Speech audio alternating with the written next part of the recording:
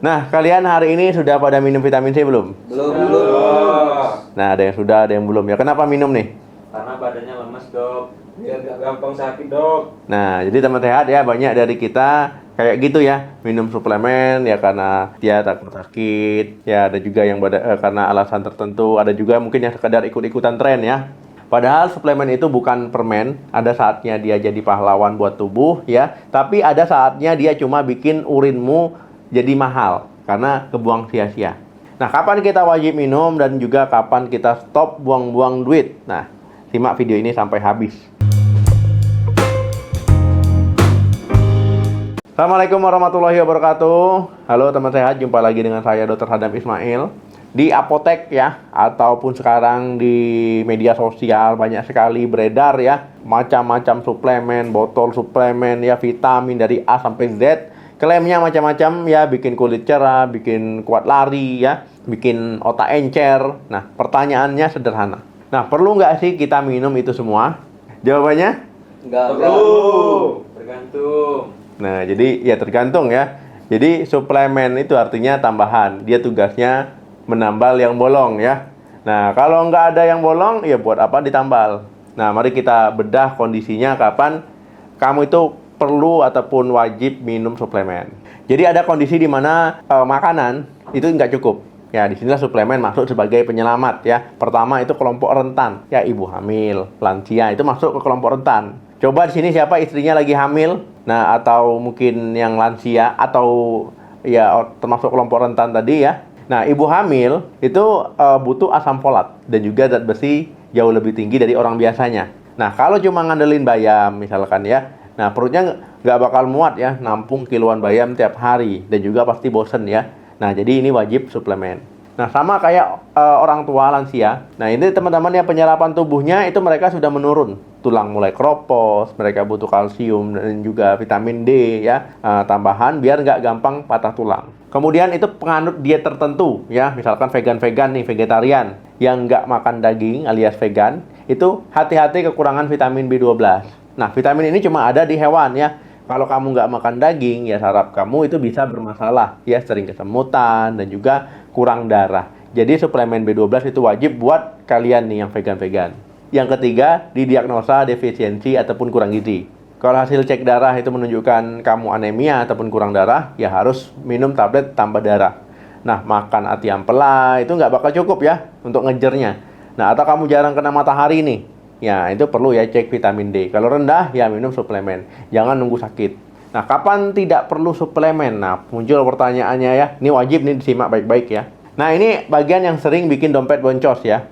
Kapan suplemen itu jadi sia-sia? Pertama, ya piringmu sudah pelangi ya. Sudah warna-warni piringnya. Nah, tadi siang makan apa? Misalkan nasi padang pakai sayur nangka doang ya.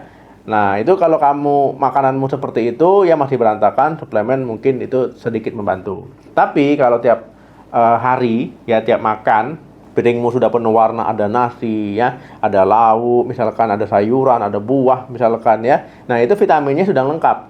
Nah, tubuh punya batas penyerapan.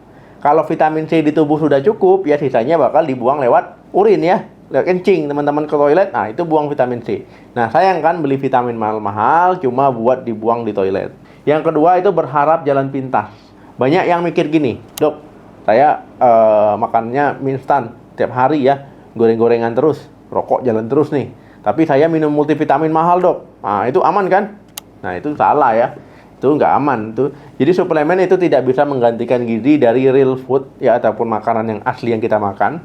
Serat dan antioksidan alami di buah, jeruk misalkan ya ataupun buah-buah lain itu nggak bisa digantikan sepenuhnya oleh tablet vitamin C.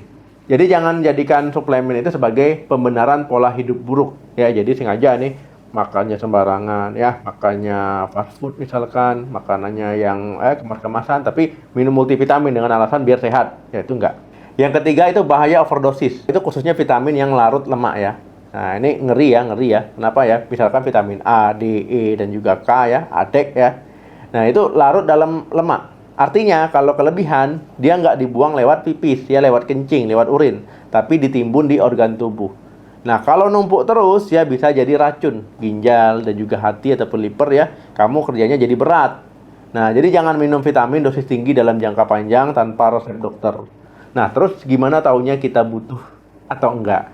Pertama, cek sinyal tubuh.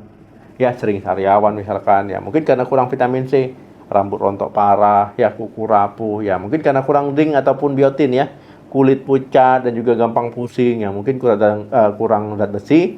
Nah, jadi dengarkan tubuhmu, kalau ada sinyal itu baru pertimbangkan suplemen. Yang kedua, makanan tetap nomor 1 sebelum beli vitamin ya, ini penting. Coba beli buah dulu ya, 1 buah jambu biji misalkan, 1 apel, 1 pir misalkan. Itu kan di sana lengkap ya vitamin-vitaminnya dibandingkan teman-teman mengkonsumsi suplemen. Nah, itu jauh lebih murah dan juga lebih sehat buat ginjal. Nah, yang ketiga konsultasi. Jadi jangan jadi dokter Google ya. Nah, kalau kamu ragu atau sedang minum obat rutin, ya misalkan obat darah tinggi, obat pengencer darah, itu tanya dokter. Karena ada suplemen yang berinteraksi sama obat, bertolakan ya. Misalkan vitamin K itu bisa bikin obat pengencer darah jadi nggak mempan. Nah, ini kan bahaya. Nah, jadi teman sehat ya, suplemen itu teman baik, ya, penolong. Tapi kalau dia diundang di saat yang tepat.